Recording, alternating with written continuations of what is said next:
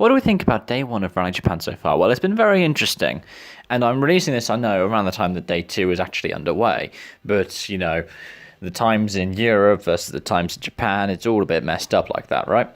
So let's talk a bit about it because, well, there are definitely some stories that have come from this. Perhaps the rotten luck goes to Craig Breen, Danny Sordo, and Seb Ogier. You know, one for each team. Problem with M Sport is they already have two cars there.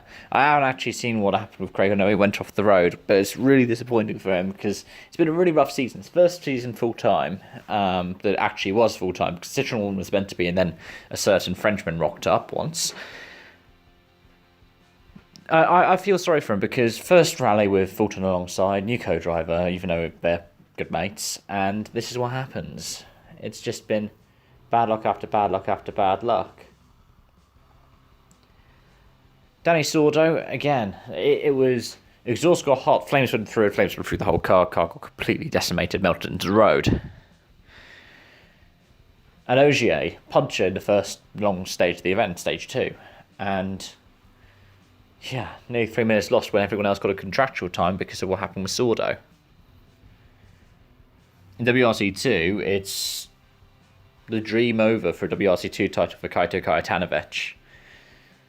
Went off the road just before where Breen went off, just before the stage was red flag for Breen's crash, actually. So Breen had, I think, just about gone off, but the red flag hadn't gone out yet. And he's off and out. Which means it's one hand to the trophy, really, for Alan Tom. He just needs to bring the car home in, well, I think it's the top 5, but there's already a handful of WRC2 competitors remaining now for him to get the junior title and the overall title. And outside of that, what else can we talk about?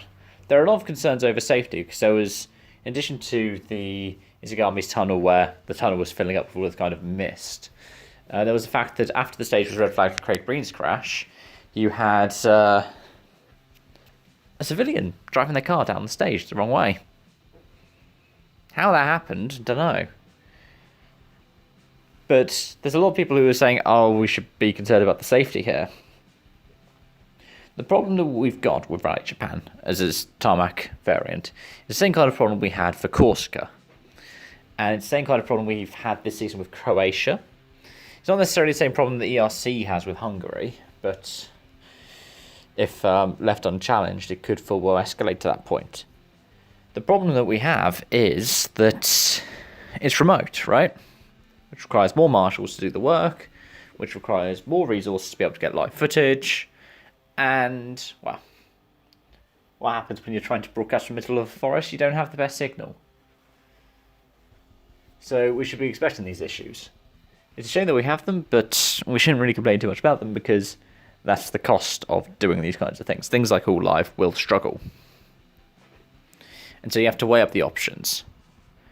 You have to weigh up, do you want all of these kinds of challenges? Because a lot of people say they do. A lot of people say, oh, everything's too, like, you know, spectator friendly and so on and so forth. We should make it proper like the old days. This is the cost you have to pay. Anyway, so those are my thoughts. Let me know yours in the comment section down below. Thank you so much for watching. I hope to see you again soon. Bye bye for now.